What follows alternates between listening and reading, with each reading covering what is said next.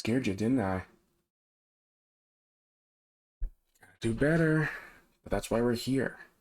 To really harden ourselves, stiffen our souls for the spooky. Today's gonna be another scary video, though we're not watching videos. We're reading scary stories. Not just any scary stories, no. R/NoSleep.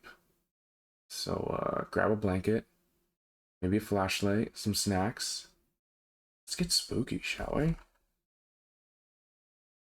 I moved into a house with a very bizarre old woman. Things were difficult after my wife and I split up for our troubled relationship. I left our apartment and car with her, as well as our 10-year-old cat, who I bitterly missed. It was hard to leave, and even harder trying to find a place to live. After a few weeks of couch surfing, I moved into an elderly woman's basement, upon seeing an ad she had posted for it online. The basement was cold and neglected, filled with spiders whose webs I began to notice more and more frequently. They reappeared quickly, even after I had cleaned them up with a broom. And the next day, they were always back again. The webs would get caught in my hair or on my arm as I walked around, and sometimes I would feel baby spiders skittering down my back or up my leg.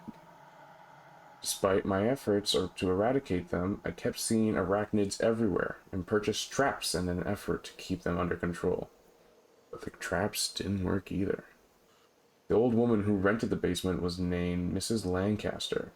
She was friendly and sometimes offered me food if she had too much for dinner. I always told her I'd pay her for it, but she quickly waved me off. Normally I would be happy for home-cooked meals, but soon I was going out for fast food and getting takeout instead of eating with her, telling her I wasn't hungry when she offered. There was something off about the woman. I just couldn't quite put my finger on what it was. Her food always tasted a bit weird as well. I continued renting from her, but kept my distance more and more. Avoided the upstairs, which was easy enough since I had my own bathroom and living area, as well as a bedroom on the lower level. After purchasing a mini fridge and a hot plate, I had little reason to venture up there. I began to see the old woman very infrequently. But she would sometimes see me out front, smoking a cigarette on the porch, and one day she struck up a conversation with me. "You can smoke in the garage if you want," she said to me. After talking for a few minutes, "I've seen you shivering out here in the snow. As long as you clean up after yourself, it's okay with me." It was late winter, and I was happy to take her up on her offer. I'd been trying to quit cigarettes, but the stress of the breakup and everything else going on, I was finding it difficult. Also, I found myself sitting in the old woman's cold, musty garage, smoking cigarettes and watching Netflix on my phone most days. I'd prop the phone up on an old cardboard box and sit back on a half-broken reclining office chair which had been left out there, along with an ashtray.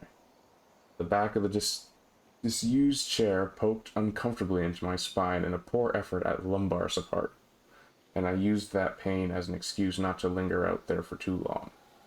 But as months passed, I began more and more uncomfortable in the musty old garage, bringing a space heater and plugging in a stereo. I hooked up an old laptop, and it was used to watch movies instead of squinting at the tiny screen on my phone. I found a more comfortable chair at a local yard sale to avoid permanently damaging my back from the broken one. I began smoking like a chimney, spending hours out in the garage, inhaling sawdust from decades-old piles of scattered beneath carpentry equipment.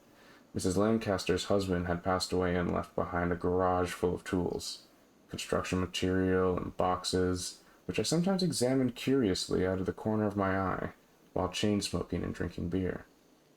I had begun to drink pretty regularly. The evenings were long and lonely without much to do, and somehow I'd picked up the bad habit of drinking PBR to pass the time. It helped me sleep at night too, since otherwise I just tossed and turned in a fit of existential rambling thoughts. The mornings were another story, but I tried not to think about those and usually slept through them. As the months passed, it began to warm up, and soon spring arrived, and then summer. A heat wave hit the area, and suddenly I was very thankful to be living in a basement. It stayed cool down there, and I made a habit of hiding out from the heat inside. I worked from home, so there was no real reason to go out, except for food. And soon I was ordering Uber Eats and skip the dishes to avoid even that, using the hot weather as an excuse for my hermit lifestyle. I was still missing my cat, my old life, and my old apartment, but I knew I had made the right decision leaving, and had no desire to go back to the constant, never-ending bickering which had become my marriage. Still, it seemed like I was in a rut. I kept trying to shake myself out of it, but found myself incapable of doing so. The weeks and months dragged on, and until a hot night in August when my entire life changed. It was around 2 a.m. and I was out in the garage watching a rerun of The Office on my laptop.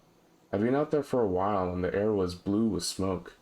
I had the cold beer on ice beside me, and as I slipped on one of them, I heard a noise from my right. Not slipped on. Glancing over, I scanned the shelves filled with old boxes and camping equipment, looking for the source of it, but I couldn't find it. It sounded like a it sounded a bit like a mouse. Light above me was an old incandescent one, and it flickered with orange glow that I wished was brighter. When I looked behind me toward the garage door, all I could see was darkness. I ignored the sound of focusing my attention back on the show. I'd seen 1,000 times before. After watching the final episode, I had simply hit the rewatch button to review the whole series from the beginning again. It was my comfort show, and I could watch it every day and never get bored. No matter how many times I had seen an episode, I would always catch something new. At Dunder Mifflin, Jim had to put Dwight's stapler in Jello, and Michael was laughing as Ryan suggested he put him in custody. The sexy new temp was going to fit in just fine. That noise came again, from behind me this time, and then to my left. Oh no, I thought to myself.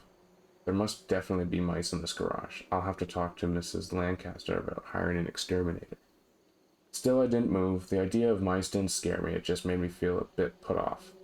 I would deal with it in the morning, though. It wasn't like anything could be done about it right now anyways. I paused the show, distracted now by the occasional rustling sounds from nearby. They were getting more and more frequent and difficult to ignore. Then, up ahead, there was a different noise. It was a buzzing, insectile sound, but louder and stranger than any I'd heard before. I tried to pinpoint where it was coming from, and a second later I had my answer. There was a box straight ahead of me, under the incandescent light. It was stacked underneath another box, which looked like it was heavier, and was crushing it beneath its weight. The box underneath looked wet and sunken in as if it was full of something which had spilled. Old motor oil or expired food products, maybe. That box was where the buzzing sound was coming from. And a moment later, something spilled out of it. It was a fat, black bug, as big as a rat. It was covered in a viscous, tarry liquid, kicking its legs in the air as it tried to turn over. The thing had fallen out of the box and was now stuck on its back, trying desperately to right itself. Fuck! I muttered to myself as I stared at it, trying to figure out what the hell I was looking at. I'd never seen anything like it. The size of the thing was completely unnatural, as if it had come from another continent or another planet altogether.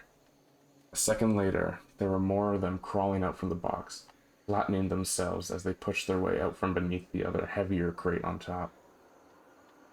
Once then, they were out in the open, they took off and began to fly, spattering the garage with the black goo which was coating them like oil. Some of it sprayed out in my direction, and I felt it hit my skin, then looked down to see the tarry liquid squirming and moving across my flesh. It was alive, whatever it was. I tried to brush it off, screaming as I flailed at it and batted ineffectually at the sticky black tar which was moving up towards my face, inching closer and closer like a slug. Eddie, I want to move, Eddie. There were some paper towels nearby. I picked them up, using a fistful of them to wipe away the sludgy stuff. That seemed to work, as the friction of the paper towels allowed me to pick up the strange liquid organism and tear it from my flesh. It writhed and squirmed like living snot in the paper towel, and I crushed it in my fist, then beneath my shoe. That box was full of those horrible bugs, I realized. There were several of them flapping around the light bulb, as if drawn to its glow. The black sludge was still sprayed from their wings in fine droplets. Others were up near the top of the box, squirming and chittering as they tried to get out. The bugs were flying around near the light bulb, spraying it and coating it black and squirming tar. Unfortunately, they were between me and the door, blocking my way out. I didn't want to get anywhere near those things. Instead, I turned around and bent down to open the sliding steel door which led outside. I'd gone out this way more than once, and I knew how to open it, but still it wouldn't budge.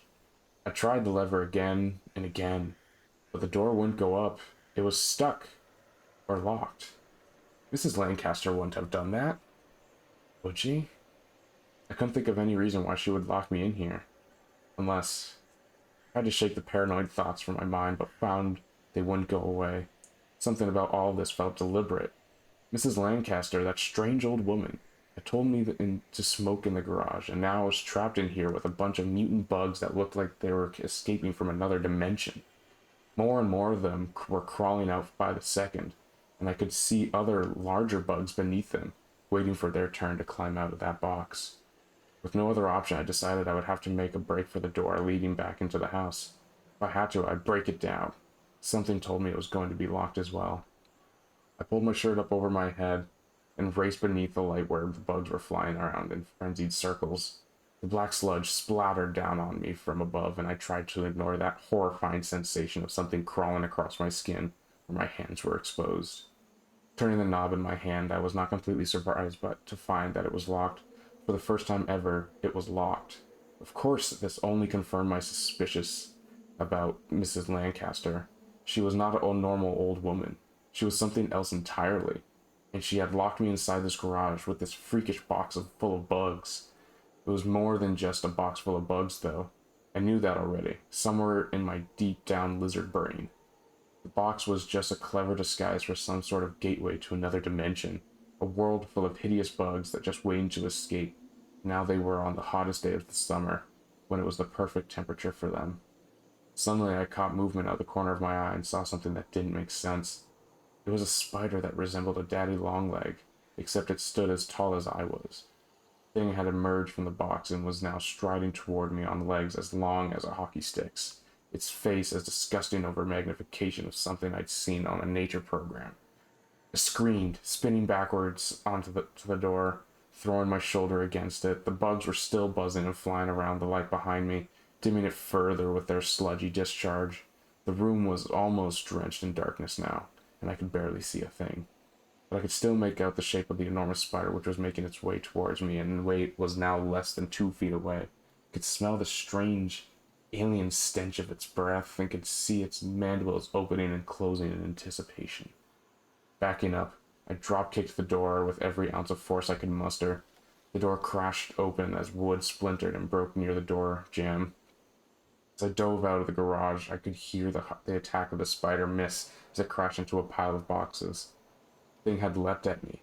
At the last second, I realized, and if I hadn't broken the door open with that kick, it would have lashed onto my face like the creatures from the Prometheus, and I would have been done for.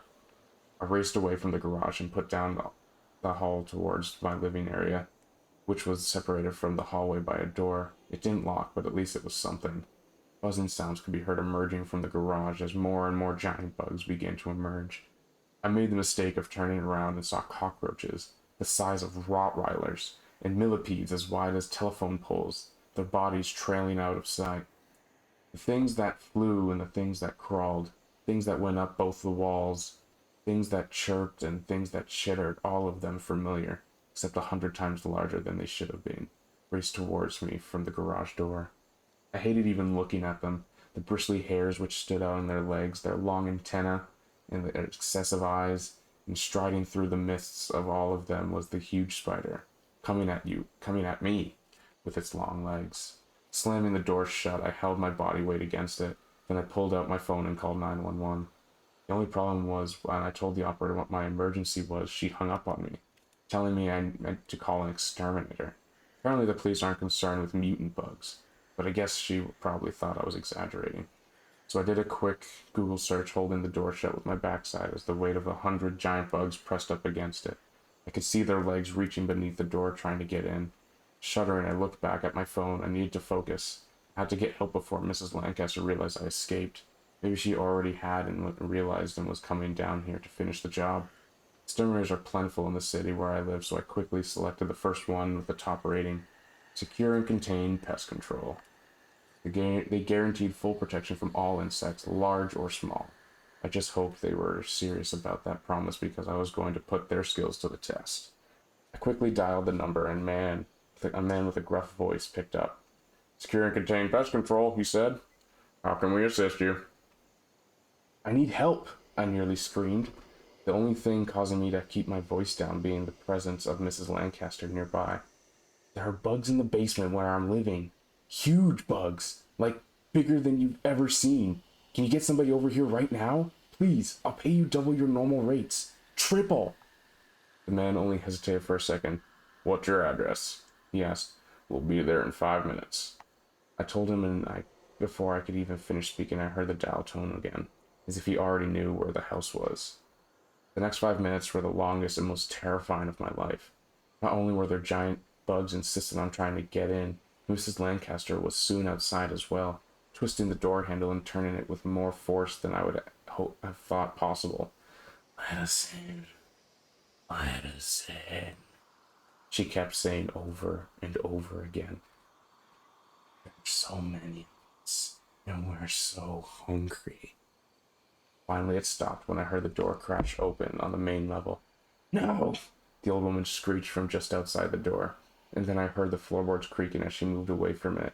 It sounded like her footsteps went up a nearby wall, and I heard her walking across the ceiling. Help! I yelled, hoping the pest control people could hear me. I need some help down here!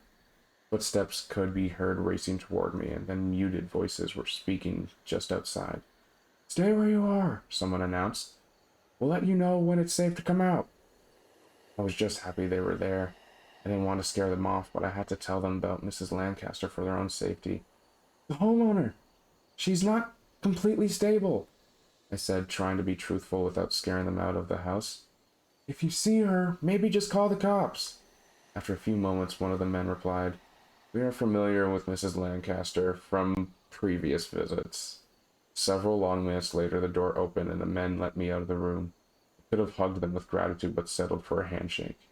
I noticed there were no signs of giant mutant bugs anywhere, as if I had imagined the whole thing, but I knew I hadn't.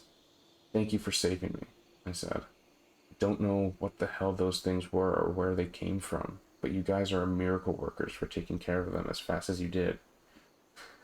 And it's what we do, secure and contain pest control. Your protection is our guarantee. The guy looked at me a little suspiciously. You alright? I'm surprised you'd call sounding so upset over a few spiders. I mean, yeah, the problem was pretty bad, but it wasn't as scary as you made it out to be. Go easy on him, the other man said, winking at me. Those daddy long legs can be pretty scary when they're fully grown.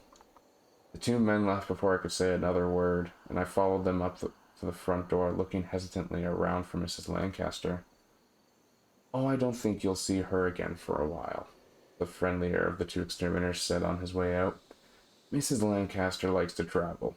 Don't be surprised if she disappears and you need to find a new place to live.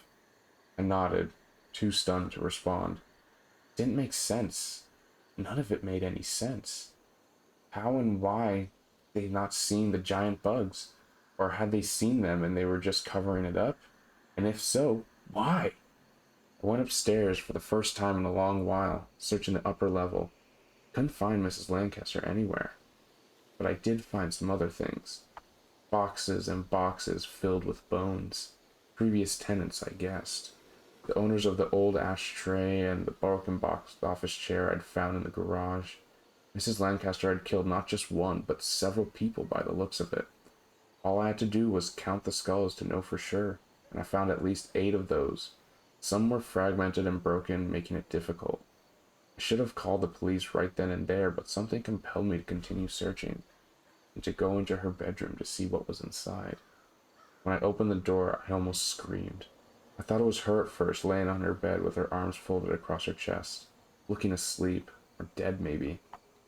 Then I realized it wasn't actually her, but a husk of Mrs. Lancaster, a white, crusty, translucent shell in the exact shape of her form, and on her face was a wide grin. It reminded me of how a snake will shed its skin, or a crab. As they grow larger and larger, they outgrow their outfits, so to speak. Was Mrs. Lancaster getting bigger? God, I hope not. She was already terrified enough as it was. I didn't want to think of a 10-foot tall version of that crazy old bat. I slammed the door shut as if there were a ghost inside, panting as I stood there for a second to get my bearings. What the hell should I do? I wondered. I can't stay here. Sure you can, a voice in my mind replied. A voice that didn't really sound like my own thoughts. Who's that? I asked in my own head.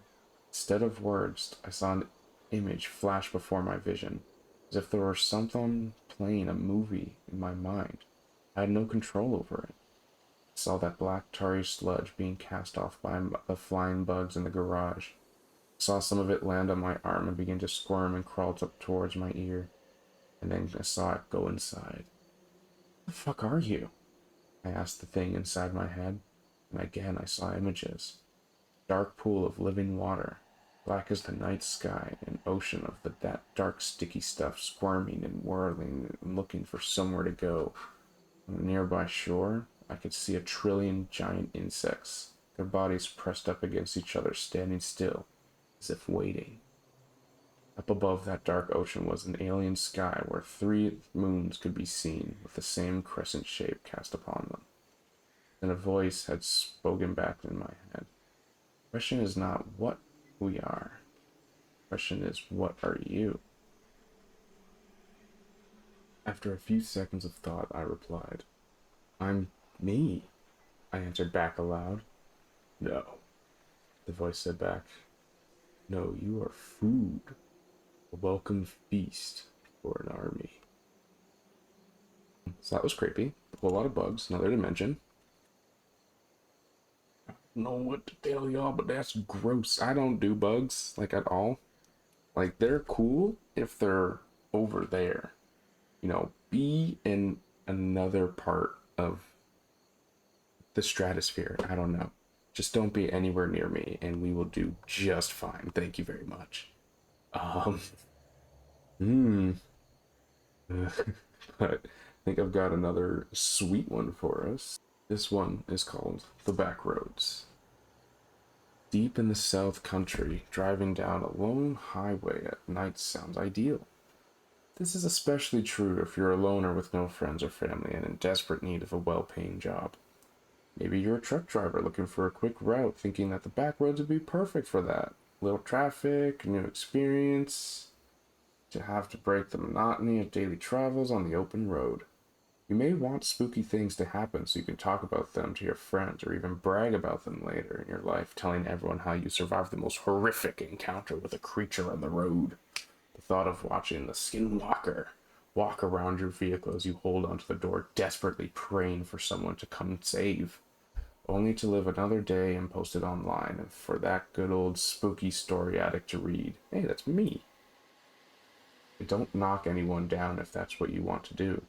Hell, the more stories, the better to me. It gives me things to listen to and conversations to start in the dead of night when I reach a gas station or rest stop.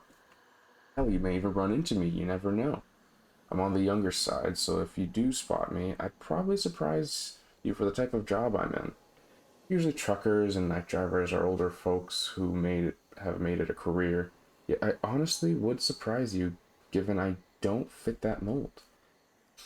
If you have driven late, deep in the night way out in the middle of nowhere and haven't seen a gas station for an hour or so, then you have crossed the line that I call the Evernight.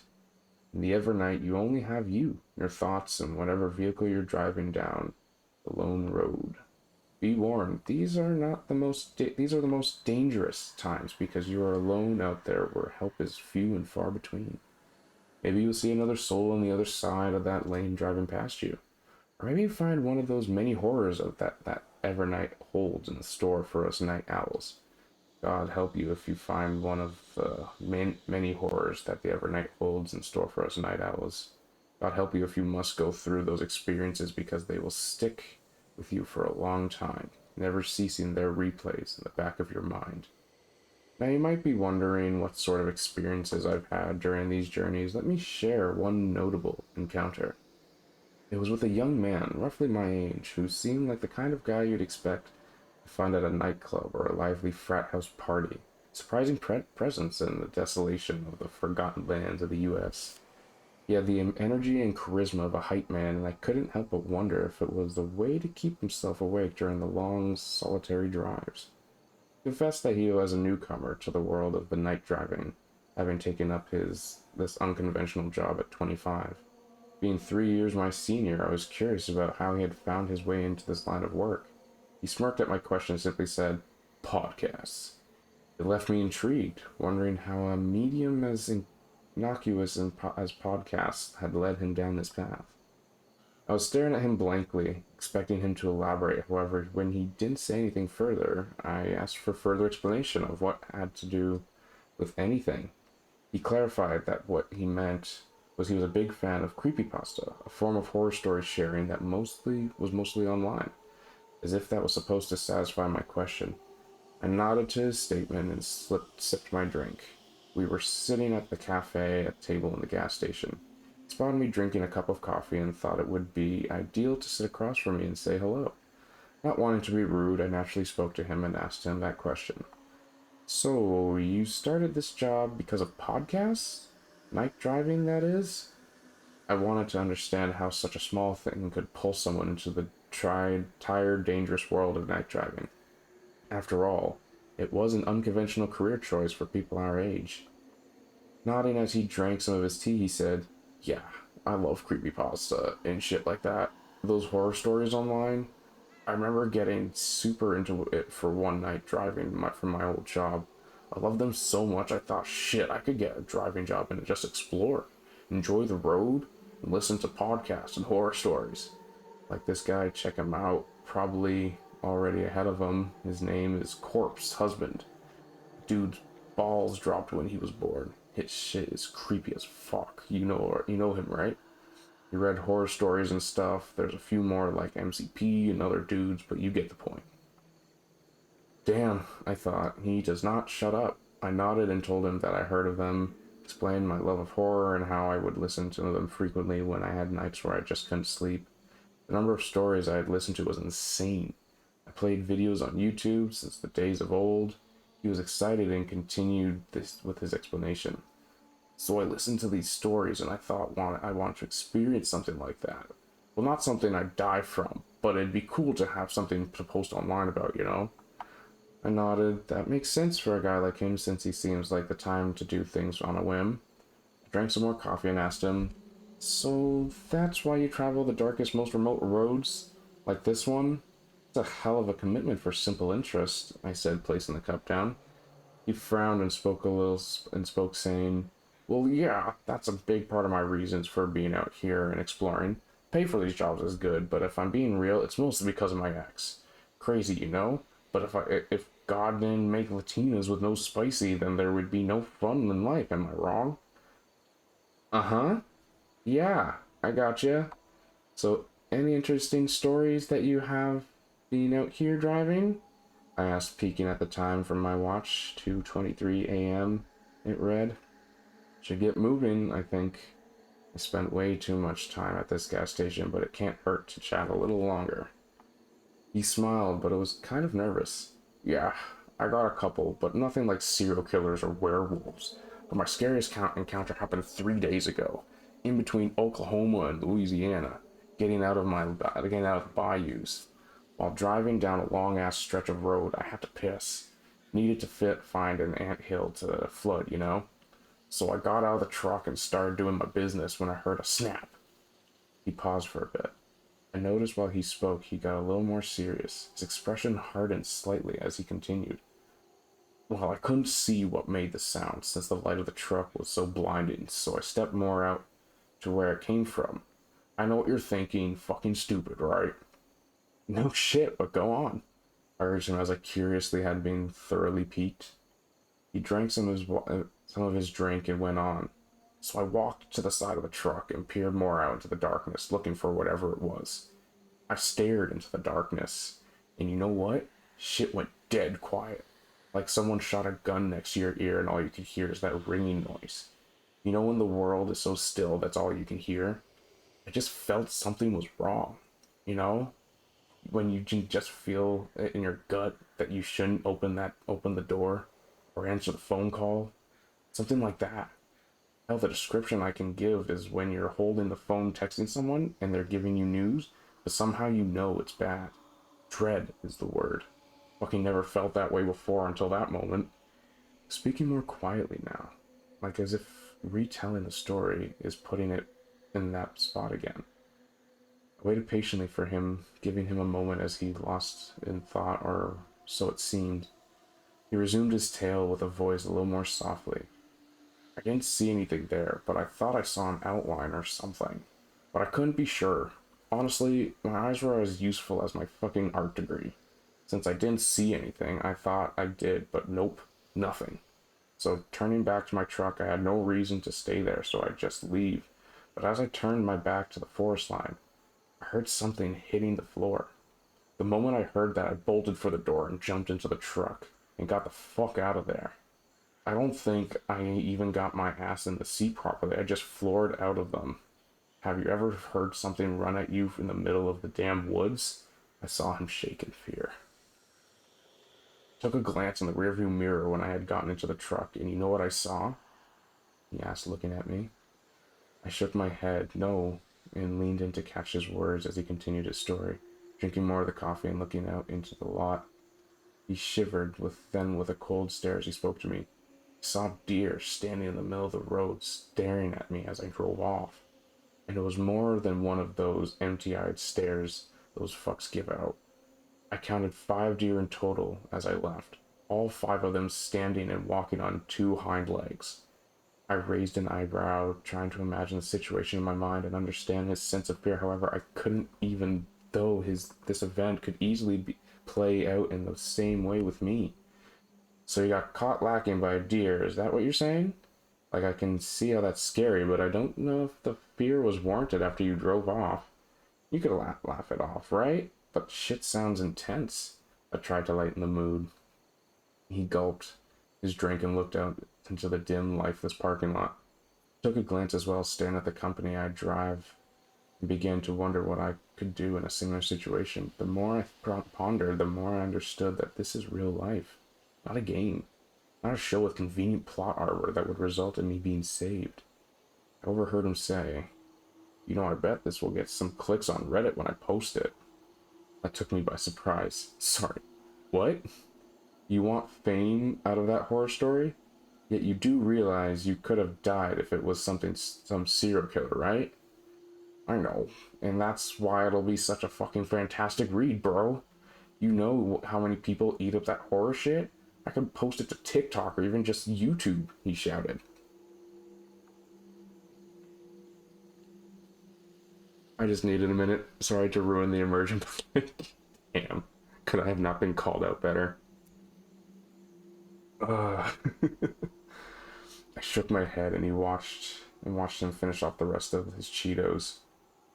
I don't know what to say. I'm glad you're safe, but I have to get going. It's getting late and I still have 3 more hours to go. I stared for the door, hearing his chair being pushed out, only to hear him call out to me.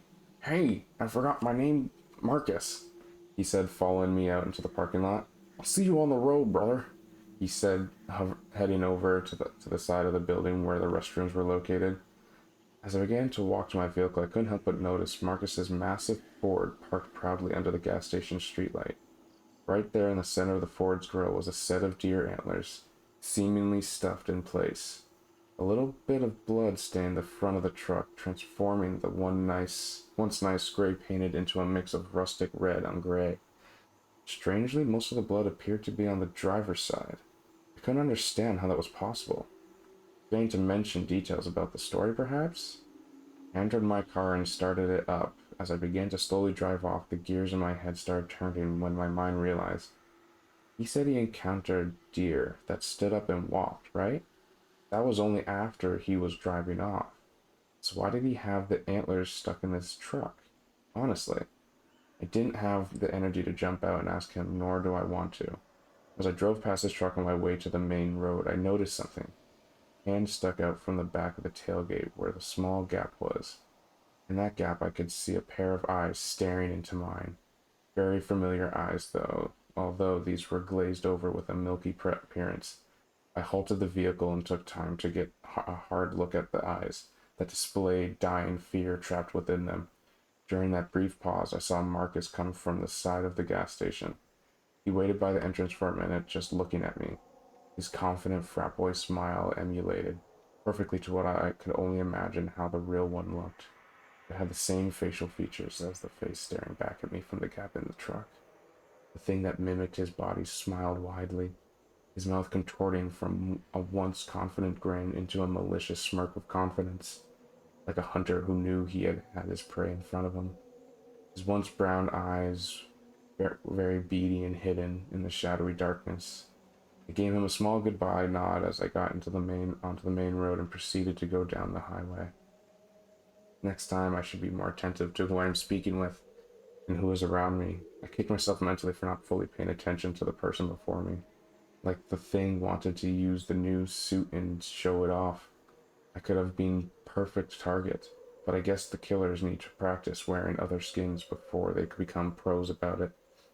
Checking the time, I knew I had to drive fast down the empty road. Driving in this ever night is horrible when you encounter creeps like Marcus, or rather the thing that looked like Marcus that have those beady brown eyes that stare into your soul. Honestly, I felt guilty to have met them. I didn't know his story fully, but I sadly know his ending. Something his family may never know. Hopefully this is small tale helps you understand why I posted this here, and somehow you must get things off your chest. That, and I guess sharing a moment with that thing helped inspire me to write about my encounter with it. Maybe the real Marcus did want his story to get out there, I hope. This also helps get the memory out of my head. I've seen many things in my time in the Evernight. You can meet anyone or anything, and they do make for interesting stories. Albeit if you're not experiencing the potential life-death game the creatures tend to play. There are plenty of more stories I can tell you. Maybe sometime later since I have a busy schedule, but who knows? Till then, please take care and have safe travels. Oh, and please, for the love of God, if you drive in an Evernight, keep a gun on you. Wow. Um. Ooh, we love a Skinwalker story. That was wow. It had him down like right down to like how like his mannerisms, how he would talk. Like that's ooh.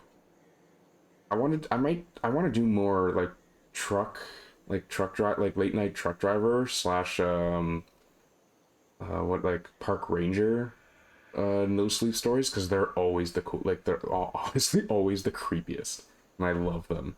But for now, we're gonna be going with Pumpkin Carver Bill. Middle school recess in the heat and a dumpster of a town. Teachers with their heads buried too deep in the gossip with one another. It left the vulnerable as easy pickings for the bullies. Paige, Chrissy, and me, Jess. We swarmed Phil every chance we got, and I felt horrible for my behavior. I was just trying to fit in, and I had found my friend group. Unfortunately, they were the worst girls you could encounter. I stuck gum on Phil's hair more times than I care to admit. And he wasn't an unfriendly kid. He was simply an outcast. We were mean to him constantly. Worse, though, was the day we carved pumpkins. After picking some pumpkins from the patch during a field trip, we hauled them back to school and plopped them on picnic tables. With teacher supervision, we got to carving. After we finished, as we carried our pumpkins back inside, Paige pushed Phil from behind. He dropped his pumpkin, he whined for a moment, but the pumpkin was still intact, only slightly bruised. But then Paige and Chrissy stomped on his pumpkin, squishing it, while the teachers were not looking. I joined them in the nauseating laughter as I always did. Phil cried and sulked for the rest of the week. It was roughly 10 years later when we got a text from Phil about a Halloween party that he was planning on throwing at his parents' house. It had been years since we'd heard from him. "Oh my god, this guy must be loaded. Check out his place," Paige said while the three of us approached his front door. Music was blasting as a dozen or so people were danced inside. Phil spotted us immediately. "You made it! I didn't think you would show. I mean, after all that we've been through," he said. "Nice costume," Chrissy said jokingly. Phil was dressed up as a pumpkin. The fabric looked cheap and lame. "Hey Phil, I just want to apologize for the way the three of us treated you back in school. It was wrong of us to treat you the way we did. To be honest, we were a little surprised you even invited us." I said, hoping Phil would forgive us. "I'm going to get some more beer from the garage fridge. Why don't the three of you just do whatever you do at parties? Just no gum in anyone's hair tonight, okay?" Phil grinned mockingly and retreated to the garage. For the next hour or so, the three of us mingled, but then there came a point where Paige went to the bathroom and never returned. We called and texted her, but she did not pick up or respond. We figured she might have just called an Uber home. When Chrissy and I went to check on Paige at her apartment the next day, we noticed the door was unlocked. When we searched for her inside, we stumbled upon a horrific display. Paige's lifeless body was on the ground next to her bed. A huge chunk of flesh had been removed from her stomach and placed inside of the carved pumpkin sitting atop her bed. Chill crawled up and down my spine. Chrissy called the authorities, and when they went to search Phil's parents' house, they discovered it was not actually their home. A different couple lived there, but had been out of town the night of the party. Was on the edge of that day. I was on the edge from that day forward. I just knew Phil was seeking revenge. It had to be him. I was sure of it, and my gut feeling was unfortunately confirmed when I went to visit Chrissy on one evening. Similar display burned my eyes. Chrissy's face and scalp had been sliced off and stuffed inside a carved pumpkin. There was a piece of chewed gum attached to her scalp. By this point, I was in a frenzy, always looking over my shoulder. One Monday evening, I was on my way out of my apartment to go buy some groceries. When I opened the front door, Phil stood before me in that same pumpkin costume from the party. He was holding a large, serrated knife. Drool drizzled from his lips. I dove at him, knocking him to his knees. I ran down the stairs and to my car, where I got quickly. When I turned on the engine, Phil was standing in front of the car. I honked over and over as he banged on the hood. I reversed and bumped into another car.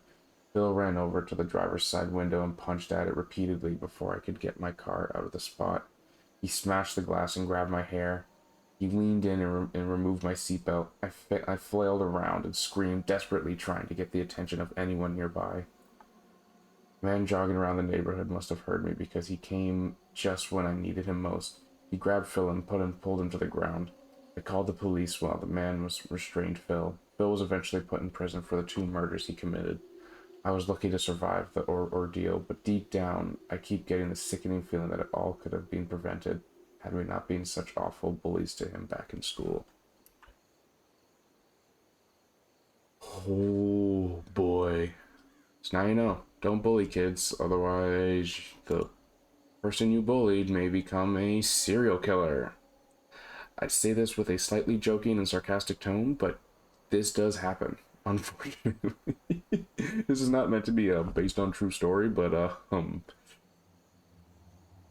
man, that's some pretty scary shit.